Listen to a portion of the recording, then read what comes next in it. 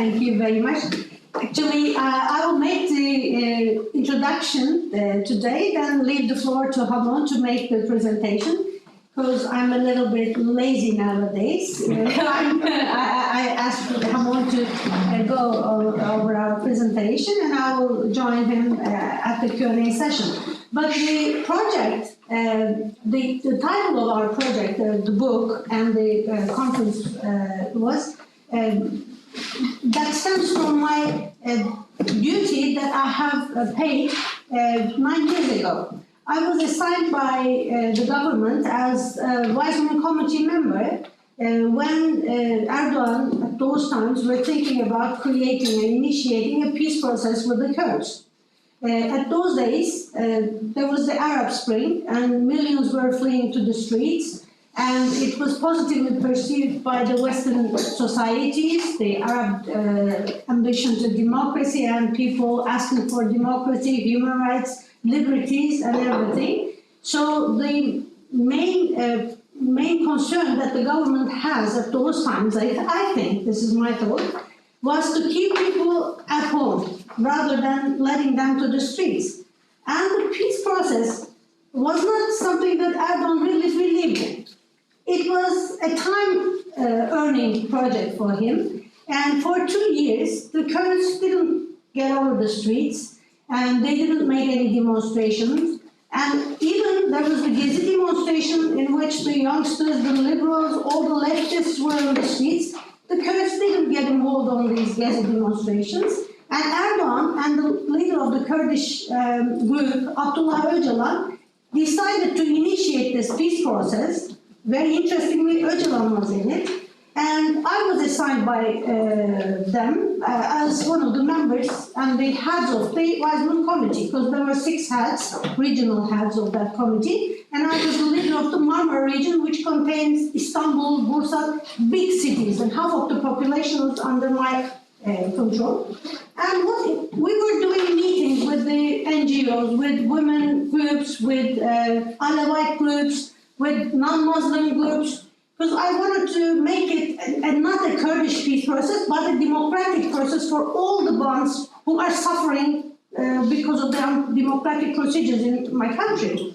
So, and I know that if I say this is Kurdish peace process, all the Turks and the other non-Kurds will be against it. This is political psychology. They would feel themselves excluded from the process. So that's why I wanted to generalize the whole thing. In one of the meetings, but actually I have to say that the population of the society of Turkey couldn't easily adapt to a peace process, to a notion of peace, because they were very much used to fighting with each other and this fight against terrorism notion. 40,000 people were died due to this fight against terrorism and terrorism issue. And fighting war, these are sacred terms. And suddenly, since that we put peace on the table, people were very much against that. Because they reject the notion of having a peace, because they were thinking in a conspiracy way that there is something on the backside of the peace. What is it? Is it a presidential system? Is it a division of the territory? Is it independence for the Kurds? These kind of things. So we were all cursed at the beginning when we were doing the meetings. There were hundreds of people coming to the meetings. They were expressing themselves. Most of them are very angry with each other and with us, of course. As the Weizmann committee, we were the scapegoats at those times. And in one meeting, an interesting thing happened. Everybody was very angry. There's hypocrisy in the room. And a blonde-haired woman like me started to talk about his son, soldier son, who was killed by a PKK group. And in Turkey, they are called martyrs. And he said that I lost my only son. I didn't have any other kids. And her husband passed away a while ago. She said that she's alone. She lost her son. Her son was the only aim, only purpose of her life. And she started crying. But she said she don't want any other mother to suffer like her. She wants to stop the war. She wants to stop everything. Although everybody was very angry with us, with the Weizmann Committee, she said she supports the Weizmann Committee and the peace process. There was a silence, but people continued to talk, but there was a little softening. And there was another woman with hijab. And she didn't even talk in Turkish. She was a Kurdish woman. And she started to tell her story. And she said her husband, actually at the beginning, she has got 3 sons. 3 of them were on the mountains. And 2 of them were killed while fighting with the military. And her husband, while under custody, fell down from the window of the 3rd floor. Many people understood that he was thrown down the window. And he said there was a translator. And she said that she doesn't want this war to continue. She wants her left son back to his town. And she said she agrees with the soldier's mother. And she said she supports the peace process. And both of the women, they were sitting on different sides of the table, they getting together and they embraced each other, they cried, and suddenly all the atmosphere and the emotion of the room has changed. And I see the power of the woman and the mother over there, actually. Although they look like passive figures, they were very active, and suddenly the ones, even the radical nationalists, the Kurdish, the Alawite, all of them start to talk in a peaceful mode. And then I said, this is a huge power. I'm always in women issues. I'm always in supportive with the women power. I saw it, I witnessed it.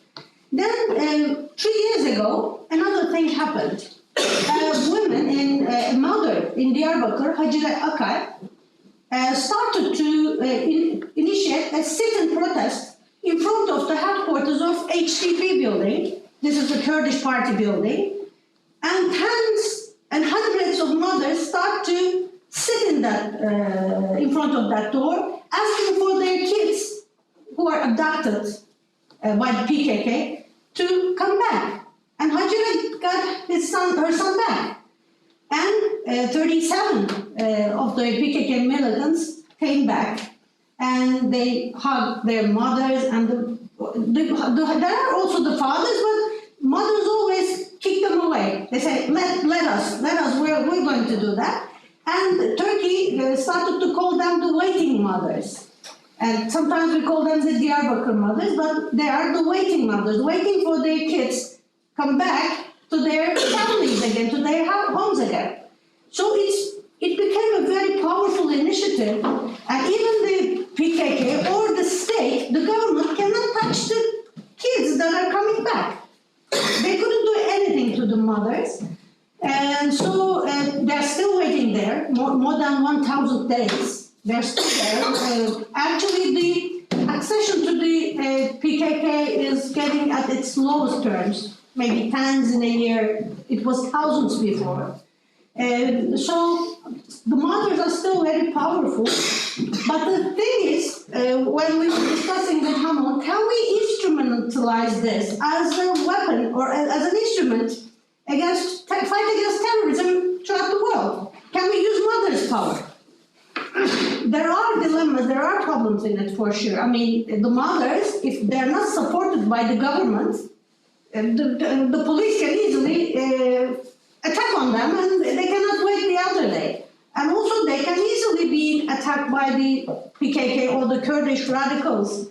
But nowadays, this is like a holder of the balance between the government and between the terrorist organization. So we thought about improving this motherhood issue as a proactive profile, because mothers and women always perceived as the ones who are crying, the ones who are victimized, very passive, and the mothers, although 50% of the suicide bombers in the world are females, they can easily become violent.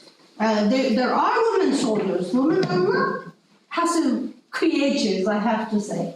So today, Hamoon is going to talk about the Waking Mothers project, and we thought about editing a book, and it's going to be released by Springer. And surprisingly, there were 15 papers coming from all around the world, from Argentina to China to America, all around the world, and very powerful names. And they wanted to contribute to our book, and there are mothers, powerful mothers, all around the world, and we're going to take their stories as a book in our production, I can say, in our project.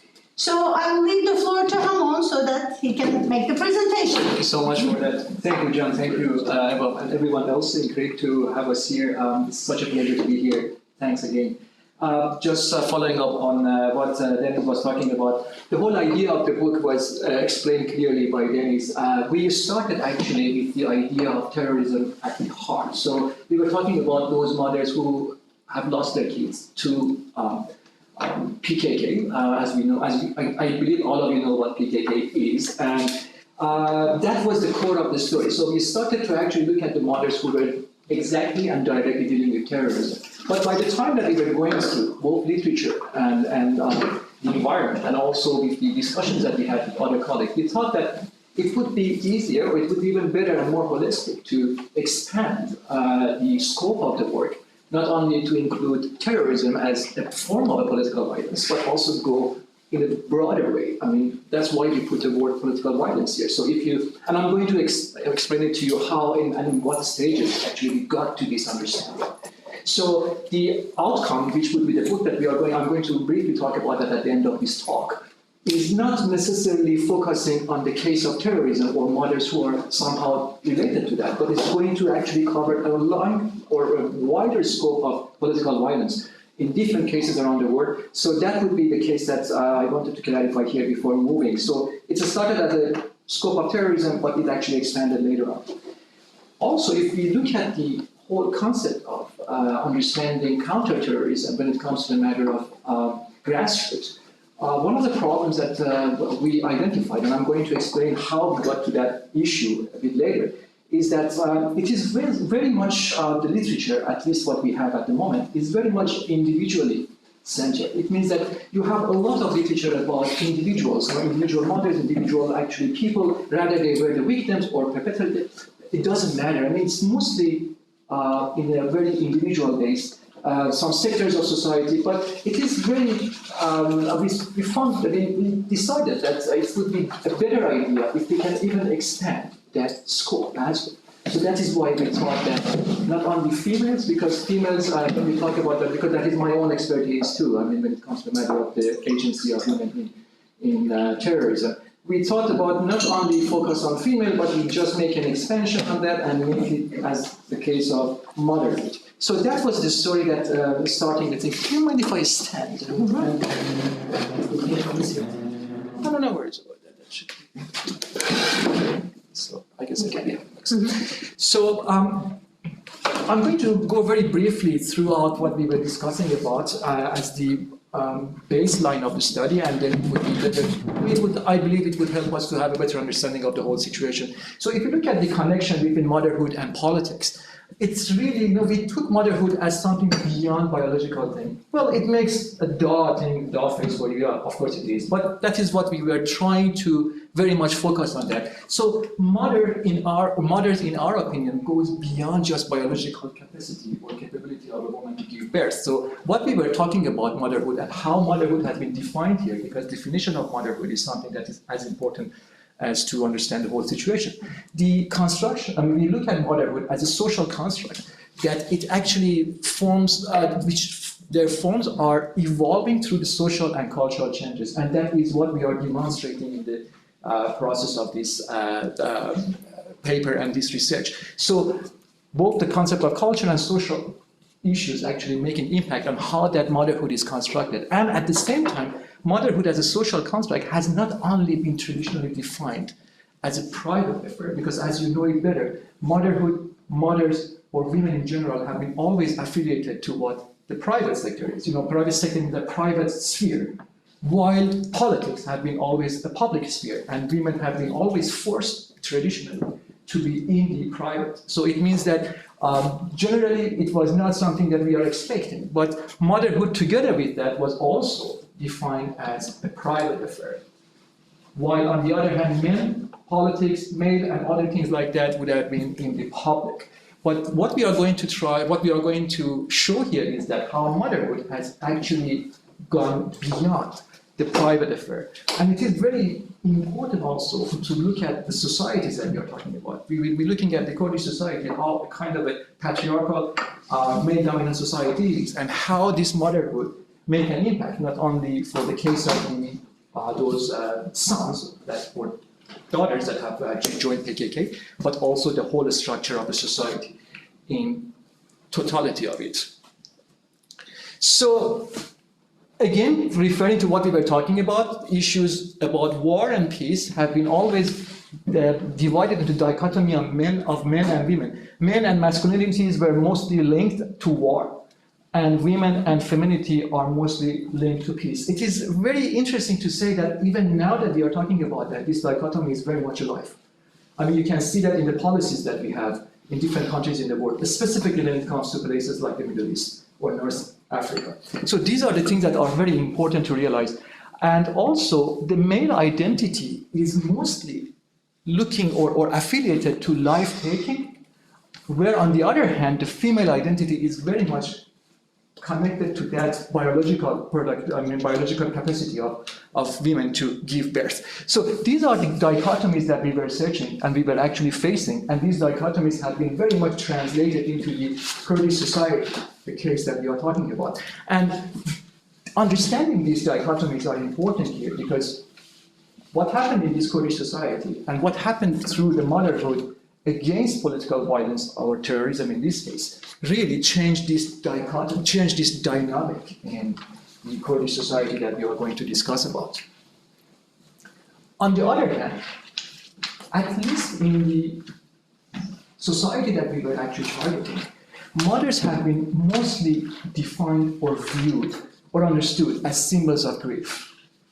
So what does that supposed to mean? It means that they were assuming that women fall victim to institutions with violent modus operandi. So they are always the victims. The agency has been stripped from them. So that's another thing that the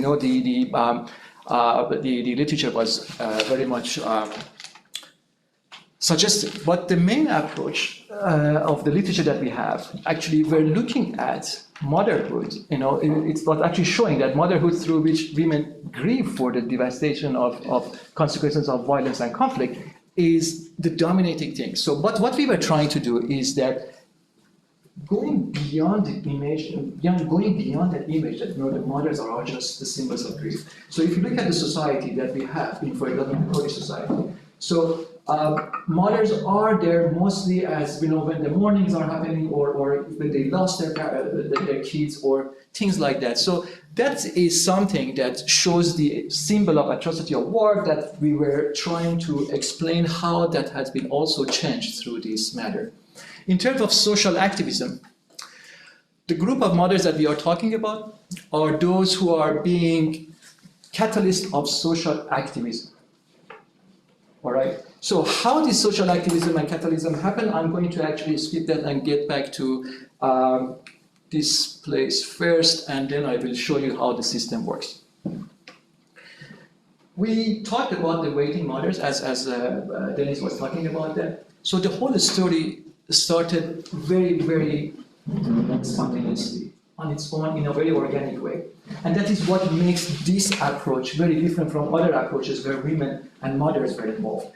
We have few initiatives all around the world that motherhood has been understood as a way to go against political violence. However, what makes this case different from them is that this case was very much a grassroots, organic kind of a movement.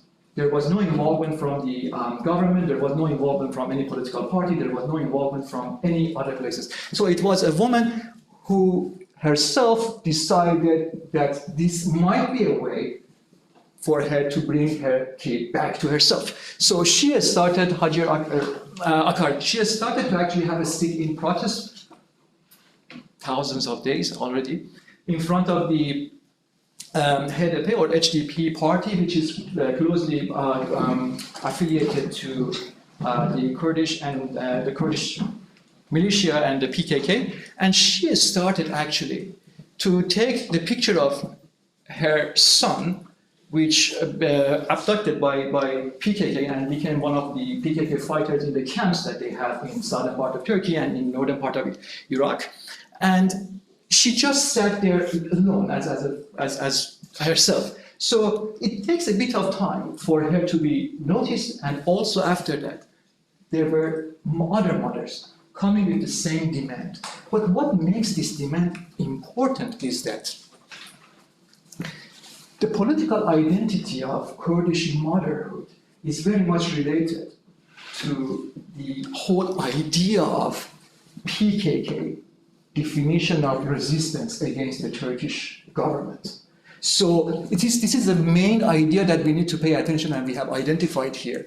And these mothers actually started to reconstruct this identity of motherhood. So the original motherhood identity in the Kurdish areas of Turkey is very much defined by PKK as symbol of resistance against what they claim as to be the Turkish state's cultural, political, and military invasion.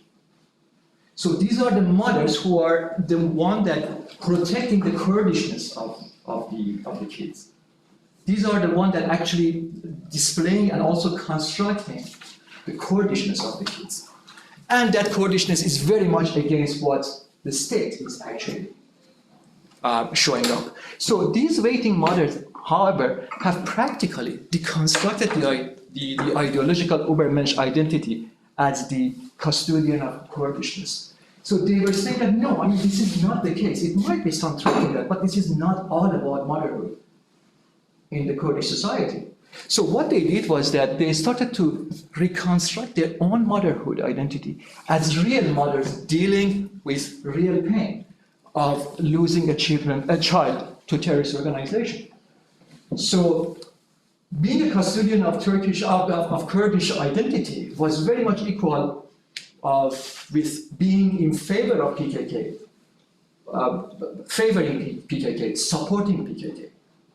That was how the Kurdish motherhood has been largely defined in the Kurdish parts of Turkey. But these mothers started to deconstruct this whole idea by saying that no, there is another dimension to the motherhood too, and that motherhood is the real motherhood, that we want them back. It is not exactly what is demonstrated by PKK.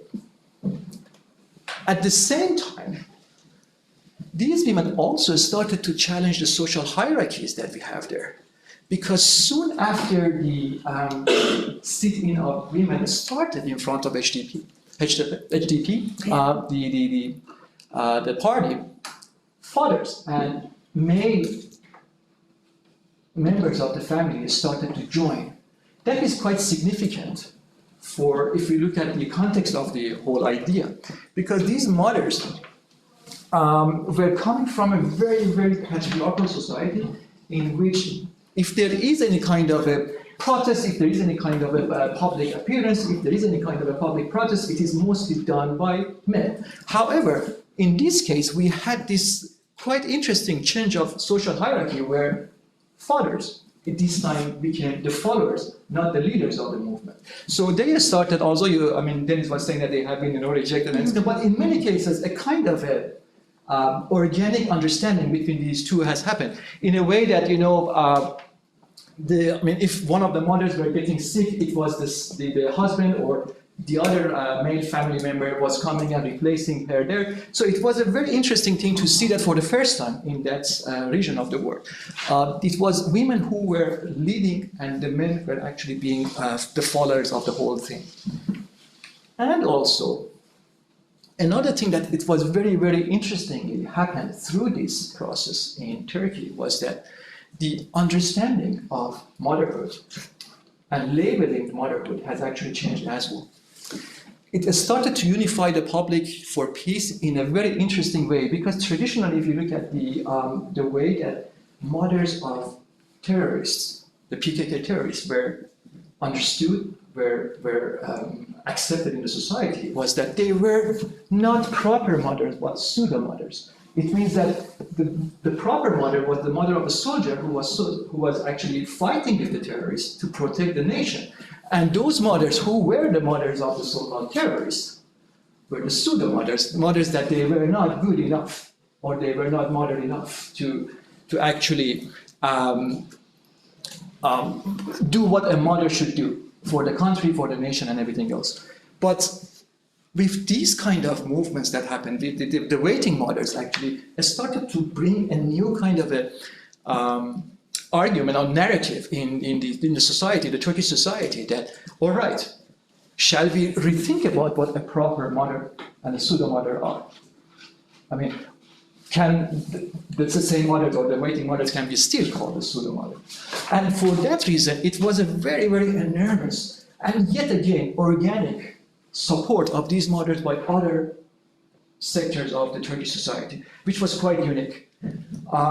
Turks, I don't know, mothers of the soldiers, the mothers of the police who have actually lost their sons, celebrities, even people from outside actually were very much interested in that. And they came, and they are still coming, participating in their sitting and in the demand that they have. So they really managed to a great extent change that image of mothers of PKK soldiers as pseudo-mothers, as people who are, always in favor of their kids doing whatever, the PKK is asking them to do. So that was another change that has been made there.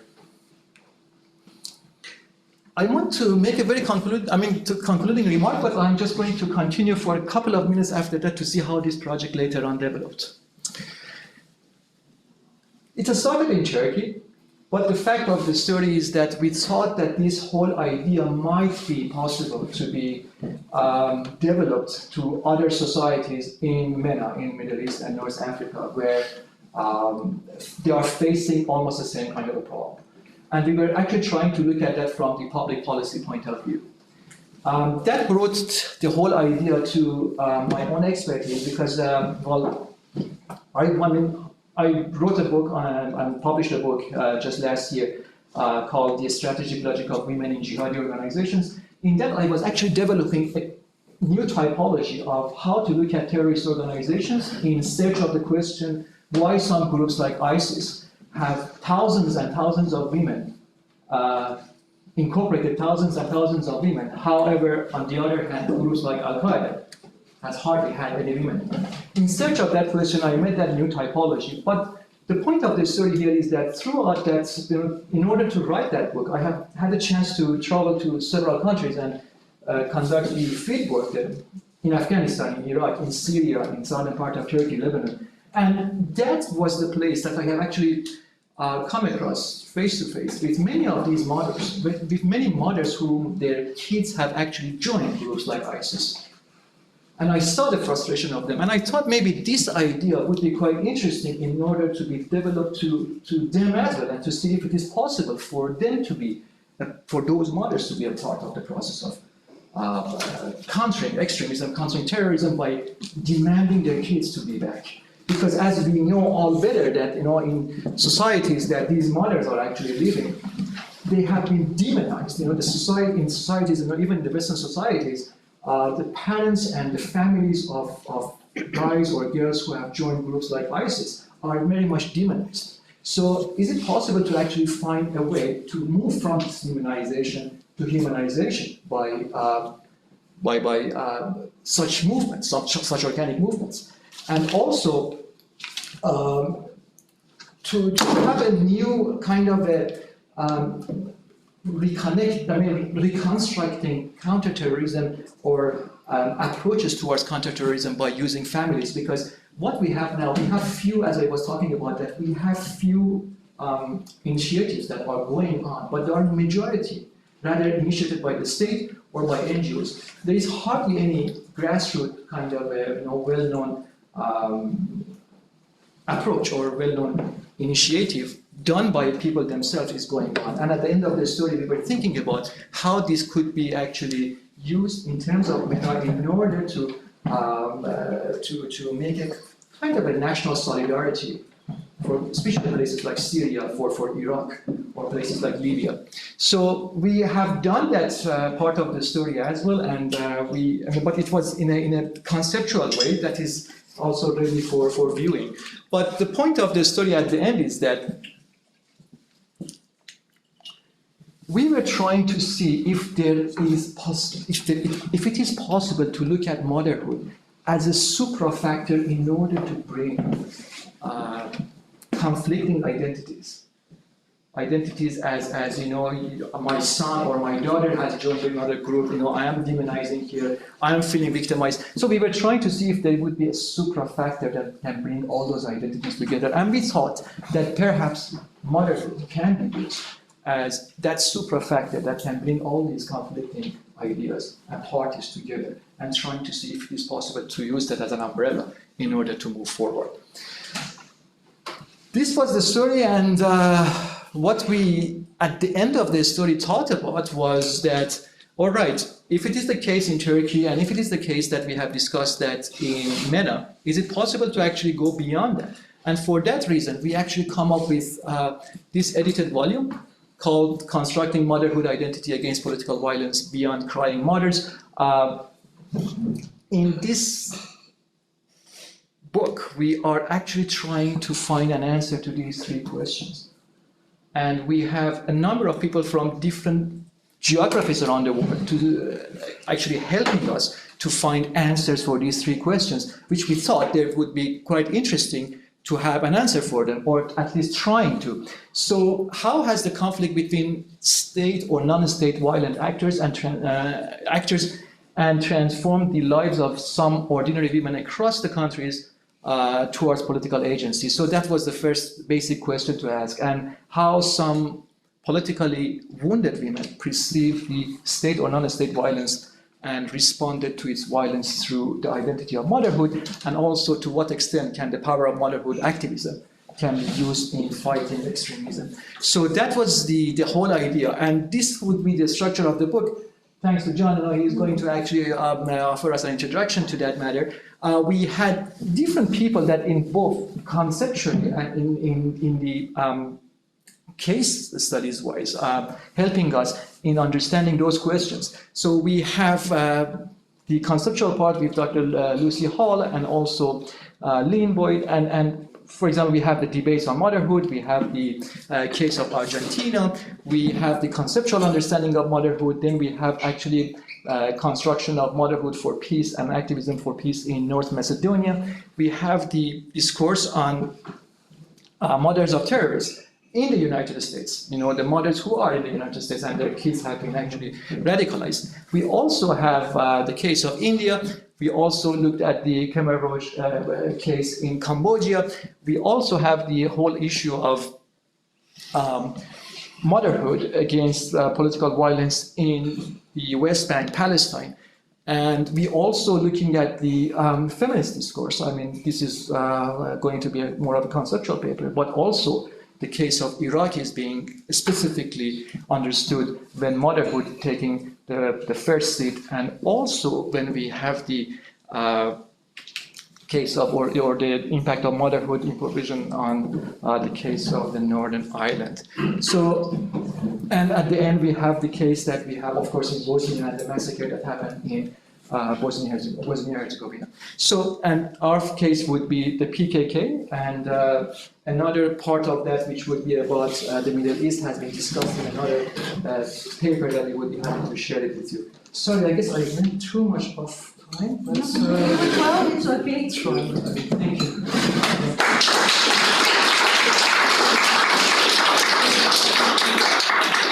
Deniz Hamoon, thank you very much indeed. There are one or two things which I will comment on subsequently, but this is an opportunity for colleagues to raise questions or comments.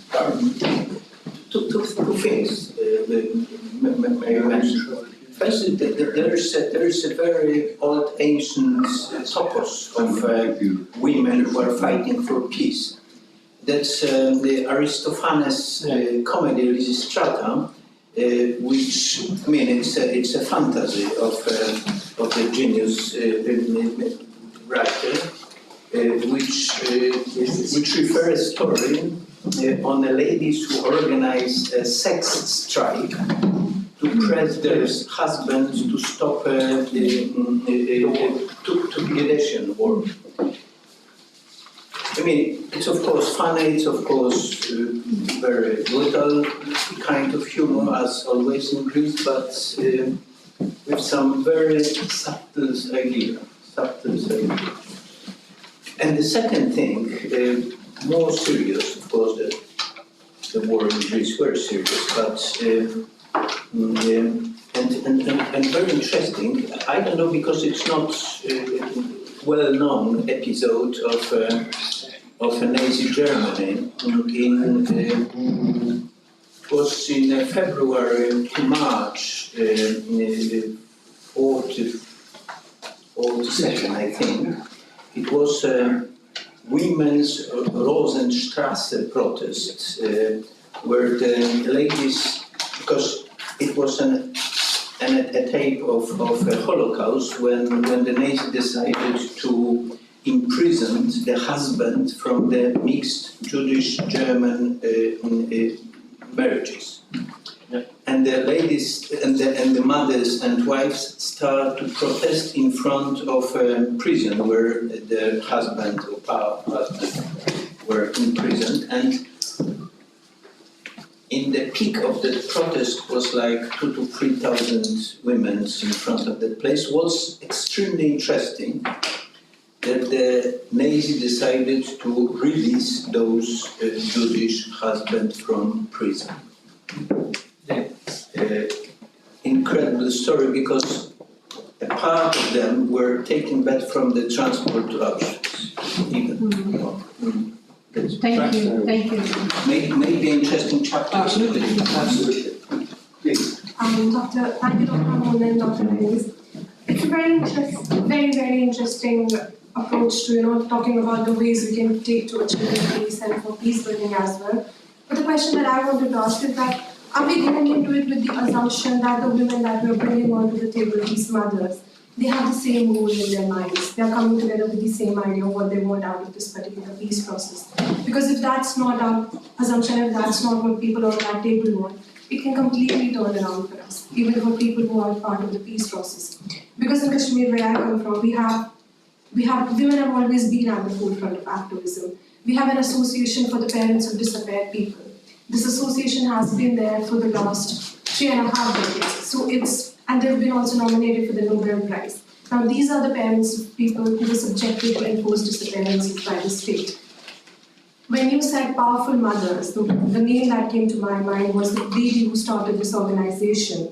And when you speak to her and when she talks to the media, her power would not be the kind of power I could see what you were talking about. And power then becomes a very subjective understanding. It's not objective when you're saying powerful women. Because the agency, again, is not with the women, it's with the state. If the state wants something to happen, it will happen. And if the state does not want something to happen, it won't happen. So when we're using motherhood, we're actually evoking a lot of emotions. And it can really, it can take a complete turn against us, because women, we are commodified in a lot of ways. Things get placed, a lot of emotions get placed in women. If a peace process does not work, it can become the basis of something which we would not want it to be the basis of. Suppose somebody uses this example and says, our mothers were humiliated in this particular discussion. And that has happened a lot in Kashmir. Because there were many initiatives that had taken place where people, where women who had suffered were brought together. And then one side of the conversation came out saying they just got us here to humiliate us. And later on we hear about it even 3 decades later. So I don't know where this would be placed. Fine. Deniz, you described that moment where in your commission meeting a woman got up and made a very powerful statement, and then another woman did that, and then they embraced, and it changed the atmosphere of the whole. And I know a lot of it must have happened in between, but did a movement grow out of that moment? Is that what you were saying? No. The thing came to my mind. Can we do it? It's not a movement. And then how did you organize after that? 3 years ago, this Hajira Akka started a sit-in initiative And it was such a powerful initiative that even the government, there are legislative processes, couldn't touch the militias who are coming down from the hills, from PKK. They protected their sons against the organization and against the state. So it is about the popularization of the subject. I mean, motherhood, in between the state and the organization, they create a shelter for their children, and the population, the people that don't touch. Although they're very much against PKK, they're very much against, some of them are very much against the state behavior against the Kurdish people. Since that the mother is so embracing her son and creating a shelter, that nobody says come to the custody or anything like that. Take their sons and get to home. But the interesting thing to me is, yesterday there was the funeral. I think, if she was a king, if it was a king that is buried, can it create such an emotional atmosphere in the world, such an embracing figure? This femininity creates something that softens everything, although she's a queen. I'm not sure if it is a king, then everybody would watch the whole thing as it is like something about us. Do you want to pick up on any of the other questions that were?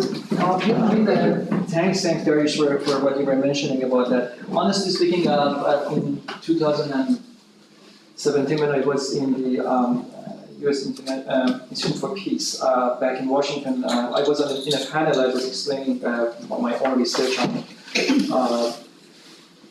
the jihadi organizations, but the person in my panel was actually exactly talking about the same case that you were talking about, the Rosen Strauss case, and I was really trying to have her on board of this thing, but unfortunately, she didn't have the time for it. But yeah, one thing that I really appreciated since your first presentation here yesterday about how history can be actually involved in the matter. In the preface that we are going to make, of course, some historical evidence are going to be discussed and to be very much paid attention to. But I will make sure at least that we have a touch of what you have said, because it's quite an interesting thing. But yeah, we really thought about getting her involved for that chapter, but unfortunately didn't. But thanks a lot for bringing it up. It was something that it was very much showing very much similarities with what we have here. And it would have been nice to be used as a proven historical kind of a fact that has been happened. But we make sure that we have it in the preference for sure. Yeah, especially the day one with totalitarian Absolutely. state executing there's a central Holocaust project. Absolutely. So it's incredible. Unbelievable. Any thoughts or comments about the Kashmir situation? Actually, what you mentioned was very important. It is actually many of the people takes it, especially from the PKK side, as a government initiative. Although it was organic in before, nowadays, actually 3 days ago, since the government saw the power of the mothers over there, they want to take all the mothers' initiative into their account. And they organized a meeting about the waiting mothers and their legitimacy of the waiting mothers. And that destroyed everything. If it is a government initiative, then we cannot talk about anything like that. For sure, there is the tolerance. The state had to tolerate because they have an aim to fight against terrorism. Actually, the aim is finishing terrorism, bringing back the sons and the daughters from the hills back to their homes. For sure, the government would like it, has to like it. But if they take the control of the initiative, then it becomes a military tool, like a paramilitary tool. Then it's going to be rejected by the other side. So they made a big mistake for me. Since that there is a success, they are coming to the elections, they suddenly get the project. This is a silly standard Turkish attitude. Yes, I mean, beyond even Turkey, I mean, there are in majority of the political atmospheres like Turkey, the whole idea of the state hijacking the grassroots activities or initiatives is quite common too. I mean, we have it like what we were talking about, or in many other places around the world with a similar actually political system as Turkey. And that is a fear that we have here now, and also it's a real threat that, just something that it's more than 1,000 days that these women and mothers and their own families are sitting there and without failing a day. I mean, they are sitting there and asking and demanding for their kids to come back. And then after all the achievements that they have, because this, what we call this initiative has been organically also replicated in other countries, especially in Germany, where we have a huge Kurdish community there, in Sweden as well. So they were mothers of kids or relatives of those kids that, they are with PKK sitting in front of the governmental offices back in Sweden and in Germany as well. So, but the fact is that if the state is being successful in hijacking this whole idea, how these mothers are going to be viewed by the public that organically like these people, that organically actually make kind of a connection to them. But now if this whole idea turned into a state fabrication or something that the state is actually going to be in charge, I mean, we don't know, I mean, what would happen to the response of the public also on this. Are they going to be as supportive as they were before, or just saying that, oh, another state drama? So these are the things. The couple of things that I would say about this, I mean, one of the things about these terrorist campaigns is that people resort to them because other ways of trying to create change haven't worked, haven't been successful. And the problem is often that instead of governments saying there's a problem here that we have to address and then people can let go of the violence, they try to use all sorts of tactics to simply defeat the people involved. Yes. And this is one of the problems about the state adopting interventions of this kind. Of humanitarian intervention, which is about caring about people, then gets turned into a way of defeating the terrorists without them having any kind of rapprochement, agreement, understanding, development, whatever. So it just becomes a way of defeating. So that's one thing that's, I think, worth flagging up. The second is a quite separate thing. I'll come back to the political, but a quite separate thing, and that is, I think one has to be quite careful not to simply talk about women and motherhood as though this was the same thing.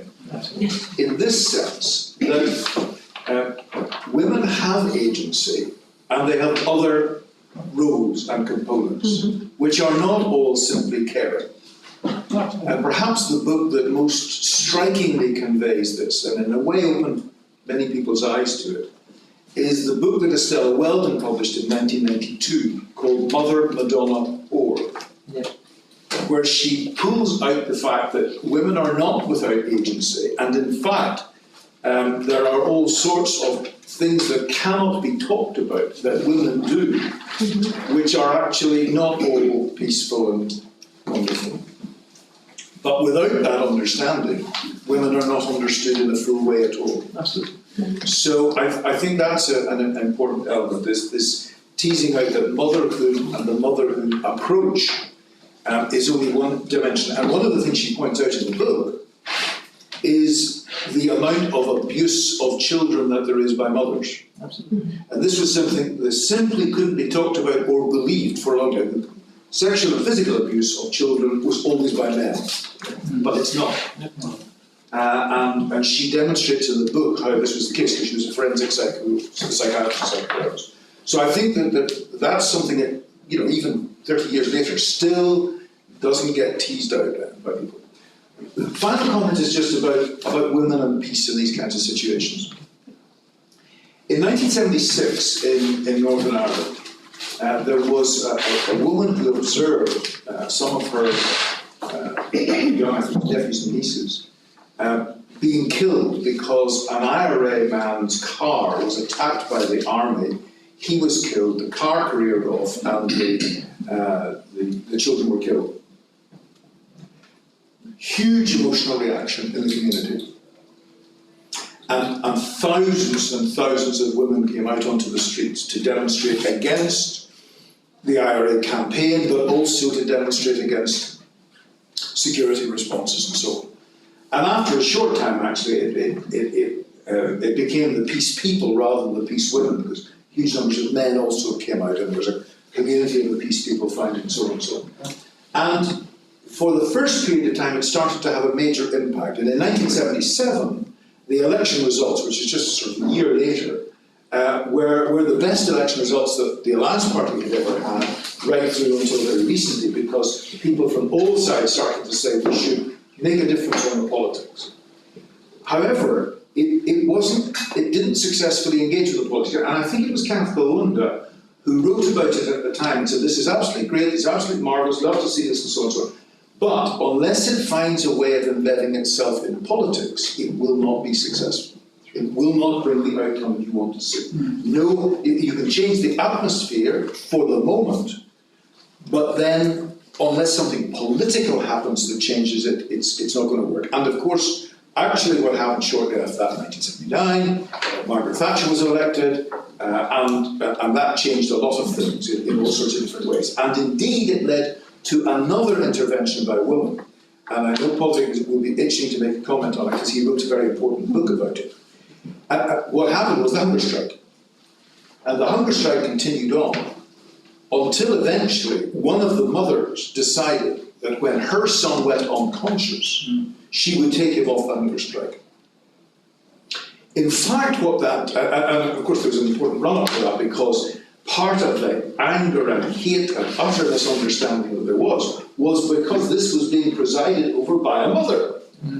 Margaret Thatcher was the Prime Minister, she was a woman, she was a mother, and yet her response to this was not to be sad and upset and not by giving in to them, but instead of that, she, if you put it this way, dug in her high heels. And she wasn't going to, and people said, how can a woman do such a thing? And these men were dying in a regressed state where they smeared themselves with feces and so on and then starved themselves to death, behaved like very young children often do behave, but in a way which was dramatic. This mother took her son off the hunger strike, and it was clear other mothers would do the same, and that changed the thing. However, as distinct from the first time that women got involved and mothers got involved, where the politics did not follow it, by doing what they did, it didn't bring success to the hunger strikers, but it absolutely dramatically changed the politics of Northern Ireland, completely changed the politics. And because it changed the politics, it's seen as a watershed event. But that was another kind of mother involvement in the whole thing. So I think this whole question of the involvement of women as mothers, women in other roles, and what can be done that picks up from their intervention to embed the thing in political and governance changes is a very important part of the whole thing. Very important. And actually, it's an answer to your question too. You were talking about the women involvement, women power, but not in the role of the mothers. The main issue is as mothers and with the role of the mothers. I'm a mother, but I'm a professor. I'm in the role of professor. It doesn't matter in this case. If you behave like a mother and use your mother profile in intervening the situation, then comes to our theory. And also, let me tell you, the fight against terrorism, I taught at War College for years. And the military mainly talked about, when they think about fighting against terrorism, how to kill the terrorists, how to use the weapons. Their notion of fighting against terrorism is by means of military arms guns. And I've been in meetings with the liberals, with the liberal democratic journalists and everybody, and they thought that the PKK terrorism stems from anti-democratic attitude of the government. So let them give all the liberal rights, and we're going to finish everything. And in the diplomatic circles, they think, okay, we have to create a diplomatic relation with the United States and Syria and Iraq. If we can talk with the ambassadors and we can cut the logistic bonds with the terrorist organization, we can make it. It has a multidimensional issue. It has lots of different approach when it comes to fight against terrorism. And we are trying to find out if we can use this motherhood, and it's an issue of communication. I mean, you cannot stop the guns, I mean, maybe, but you can create an image, you can create an emotion. You can soften the issue by using motherhood. It is just one part of the struggle. So you cannot by itself stop it. I have to say that. Thank you for your time. Just to add to what John said about the people's peace movement led by two women, Mairead Cargill Maguire and Betty Williams in Northern Ireland in the mid-1970s. What happened in a sense was that they got distracted because they won the Nobel Prize. And suddenly they were not kind of two people leaving protest within Ireland. There were international celebrities who were travelling all over the place, and essentially they got distracted from what was going on at home. And it's just a small detail of how too much success and adulation for an act can distract somebody from what they think their real purpose is. Absolutely, and the tragedy of the film was that when you're dealing with a situation of violence and conflict, you're containing aggression, huge amounts of aggression. And if you get distracted, actually what happens is you end up acting on the basis of that aggression. And they themselves fell out. And there were some quite unpleasant incidents, which actually became almost physically violent amongst the people who were involved in the peace people. Because when you're containing this violence to manage it, it's quite a dangerous thing. You know, it's like holding a bomb. How do you, if you don't defuse it, or you don't find some kind of way of making it safe, you can end up getting blown up. So it's there should be a health warning. Matt's away on, but I think that's one of the things I'll suggest to him, that there should be a health warning on mediation. Mediation may not be good for your health if you get involved in